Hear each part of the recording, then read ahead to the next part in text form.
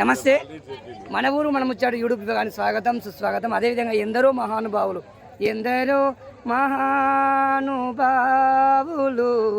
అందరికీ మన వందనము.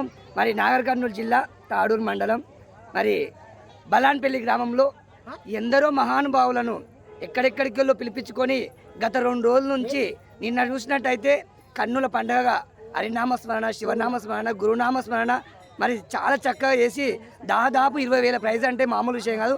అలా చాలామందికి ప్రైజులు ఇచ్చి ఆనందంగా ఖర్చులు కూడా ఇచ్చి పంపించిన ఘనత మరి బలాన్పల్లి గ్రామస్తులకు లభిస్తుంది. ఈరోజు కూడా ఒకరు రావాల్సిన అవసరం ఉండే, చాలా చక్కటి ప్రజలు ఉన్నారు కానీ సమయానికి రాలేకపోయారు. మనతో పాటు ఇప్పుడే మరి ఒక మహానుభావుడిగా వచ్చి కొన్ని ప్రసంగాలు, ఎందుకంటే కొంతమంది పిలవకున్నా ఎవరు లేకున్నా, కొంతమంది ఏంటంటే మంది ఎక్కువ ఉంటే మాట్లాడతారు, కొంతమంది ఏంటంటే మంది ఉన్నా లేకపోయినా వాళ్ళ వాక్కు వినిపించే ప్రయత్నం చేస్తూ ఉంటారు.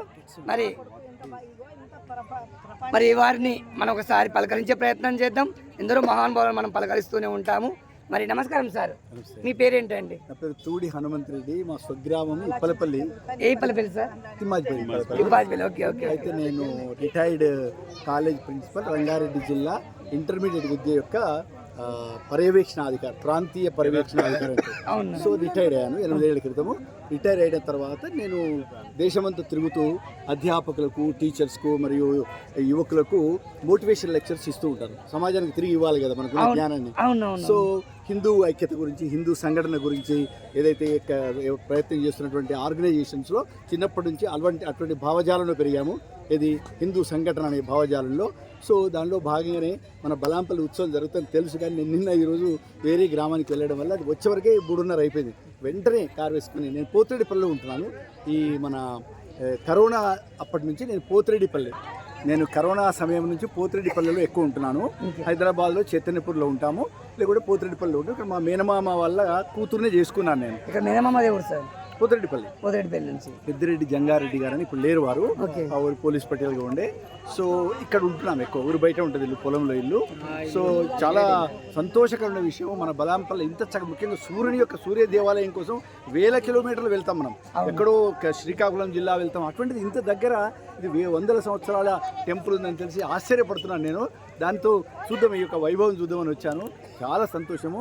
అందరూ కూడా కులభేదం లేకుండా రాజకీయ పార్టీలకు అతీతంగా, ఇక్కడ అశోక్ గారు తెలుసు, పోయిన సంవత్సరం నేను వారిని కలిశాను. తర్వాత ఈ ఊరిలో ఇంకా శ్రీనివాస్ రెడ్డి గారు తెలుసు, మిగతా వాళ్ళు ఎవరు తెలియదు. మేము ఎప్పుడైనా కలవకుర్తి వెళ్తుంటే మేము ఊరి మధ్యలో నుంచే వెళ్తాము. చాలా అద్భుతము. సూర్యుని మించినటువంటి దేవుడు లేడు.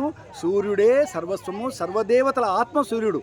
ముఖ్యంగా హనుమంతునికి గురువు సూర్యుడు కనుక సూర్య నమస్కారాలు, ఆదిత్య హృదయం ముఖ్యంగా పొద్దున్నే లేచి హిందువులందరూ కూడా ఆదిత్య హృదయం చదివితే చాలా సులభంగా ఉంటుంది. 2 నిమిషాలు 3 నిమిషాలు, కానీ అష్టైశ్వర్యాలు వస్తాయి. ఆరోగ్యము, ఐశ్వర్యము, శత్రు నిర్మూలన. అంటే ఎవరో మన శత్రువులు చచ్చిపోతారని కాదు, మన లోపల ఉన్న అంతఃశత్రువులు పోతాయి. అంటే కామ, క్రోధ, అరిషడ్ వర్గాలు మొత్తం పోతాయి. మంచి ఆరోగ్యంగా ఉంటాము.